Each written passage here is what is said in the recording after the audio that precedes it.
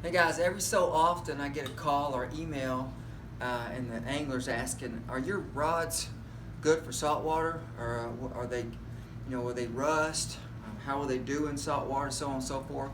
So there's a couple answers to that question. Number one, the graphite powers and actions, whether they be labeled crankbait or Texas Carolina rig or drop shot, they're still good for applications in the bay for speckled trout and redfish.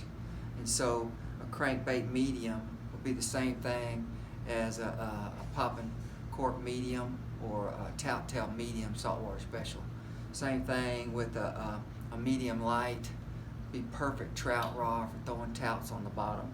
Now the other thing, the biggest part was the how saltwater affects the guides. Okay, so stainless steel pretty much is on all your basic rods like ours. And so saltwater can eventually corrode the stainless steel. How do you prevent that?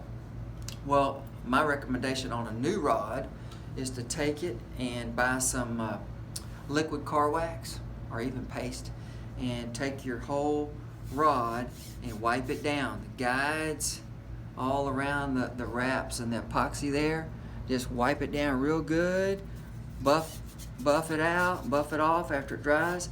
And what that's going to do is it's going to keep the salt water from penetrating the porous epoxy there and sitting on the stainless steel underneath and rusting it away. So that's one way to prevent rust. Now if you got an older rod, well, you just need to make sure to wipe it down with soap and water every time you use it, and they'll last a lot longer if you hadn't washed it off. So those are a couple answers I give the guys who ask questions, and hope that helps.